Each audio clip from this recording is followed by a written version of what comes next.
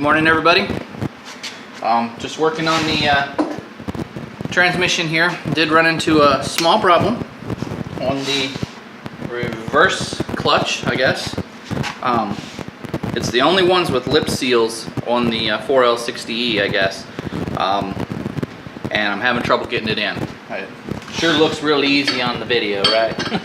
But I tore one, so Philip's gonna go get me some more today. We're just gonna get two. They're pretty cheap. They come with kit, but they're pretty cheap. I'll try it again. I'll try the little method we did on his with the, I just cut one of them real cheap flimsy folders that you get, you know, the binder folder things. They're like plastic stuff. So I'll just cut a couple strips of that. Should work for this. A feeler gauge almost works. I keep getting it like this. So once I get it, that side goes in and then it tilts, and then I got to start over on the other side. So it's kind of slippery, I guess, because it's that center one. So if I can get something around the centerpiece and push it down, you know, having those little tools would be real nice. You just find the right one, outside the inner, and then snap it in. But you know, when you're doing it at home, you don't have that. So that's the last thing. But really, it's been pretty easy. I'm telling you, on YouTube, there's this guy, transmission bench, 4L60E project. Type that in, and I mean, step by step, everything that you do. We did put the Z-Pack in for this one, just because we haul stuff with our truck, and that's probably one of the reasons why both transmissions failed. So we bought this Z-Pack as well. It gives you 15 clutches in the 3/4, right?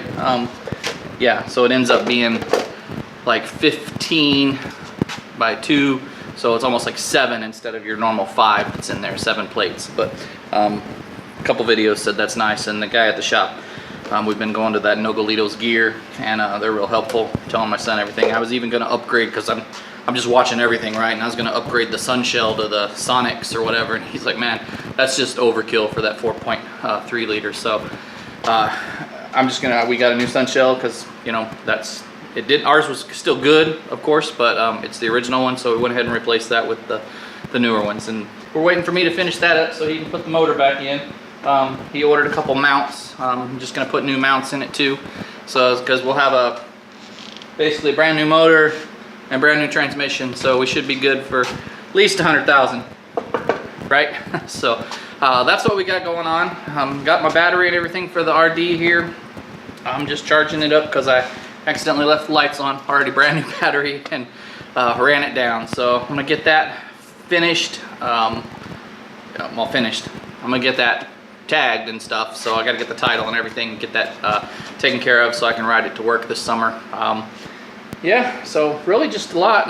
Allie's here. My wife loves when people come, because she gets to take them to the garden and tour them around, show her the chickens and everything else. So she brought a friend, and then the green Humpty Dumpty is out there, so we're gonna look at her air conditioning, but it's been going pretty good too since then.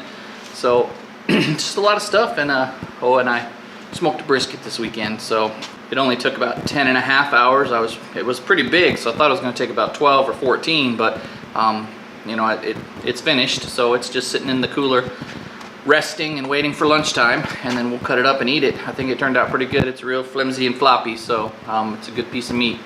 And that's about it this weekend, so keeping it quick, and I've got lots of stuff going on. Been pretty busy building things and making stuff. I've got my crosses going and some projects. I bought a new blade, so I'm thinking about making me a small little attachment for this, for the just a little 2x2 welding table, so I can just wheel that around and put the metal over here in the middle, you know, instead of using the sawhorses like I did last week and stuff. And that way I'll have something that's a little bit higher and working, because most of my stuff's pretty small anyway. Occasionally it's pretty big, but you know, if it's big, I'll put it on the floor. But the smaller stuff, like the crosses and things, I just want some small little table that I can weld on. But anyway, so like I always, get out there, do something, and we'll catch you in the next video. Thanks for watching.